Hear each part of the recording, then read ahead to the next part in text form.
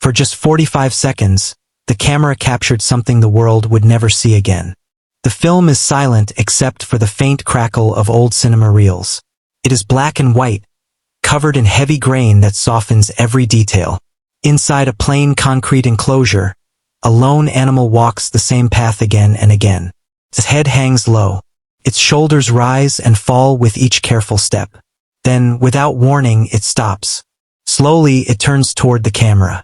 A moment later, it opens its jaws, far wider than almost any living mammal appears capable of doing. For nearly 90 years, people have watched this extraordinary scene and reached the same conclusion.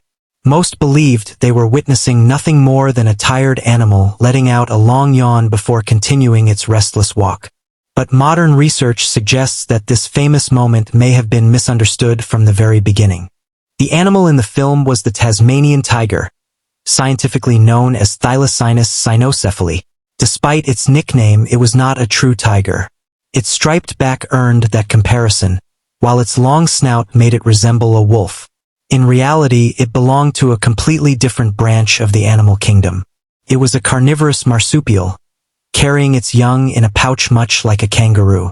Today, it stands as one of history's most tragic extinctions. The International Union for Conservation of Nature officially recognizes the species as extinct. The last confirmed individual died at Hobart's Beaumaris Zoo on September 7, 1936. 3 years before its death, naturalist David Flea filmed the animal on 35mm film, unknowingly creating the final detailed visual record of an entire species. That short recording has since become one of the most studied wildlife films ever preserved. For decades, researchers focused on what the footage represented, the last living Tasmanian tiger ever captured on camera. Today, many scientists are asking a different question. Not whether the animal was nearing the end of its life, but whether its behavior revealed signs of stress, fear, and captivity that almost everyone overlooked. To understand why that question matters, it's important to understand the world this animal lived in. By the early 1930s, the Tasmanian tiger had already disappeared from most of its natural habitat. Across Tasmania, generations of farmers blamed the species for attacking sheep. As a result, the government introduced bounty programs that rewarded hunters for every thylacine they killed. Thousands were hunted. For many years, the campaign continued with little scientific evidence proving the animal was responsible for the losses it was accused of causing. By the time conservation efforts finally began, the population had already collapsed. When David Flea visited Beaumaris Zoo in 1933, he wasn't filming a healthy species living in the wild. He was filming one of the last survivors. Instead of forests and mountain valleys, its world had been reduced to concrete floors, wire fencing, and a small enclosure where every movement was visible to visitors.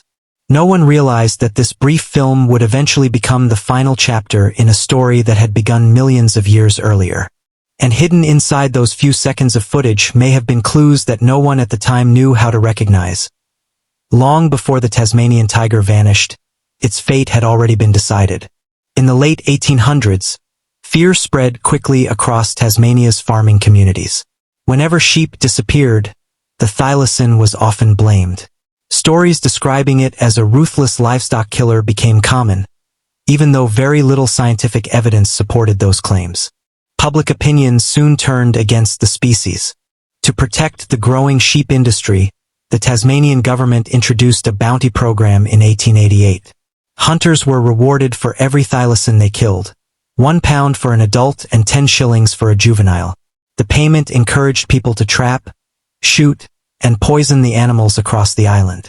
By the time the program ended in 1909, official records showed that 2,184 bounties had been paid. For decades, many people believed these killings were necessary. Modern science tells a very different story. More than a century later, researchers began examining the Tasmanian tiger with technology that simply didn't exist during its lifetime.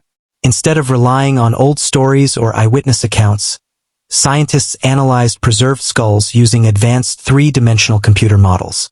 One important study, published in the Journal of Zoology in 2011 by researcher Marie Attard and her colleagues, recreated how the animal's jaws performed while attacking prey.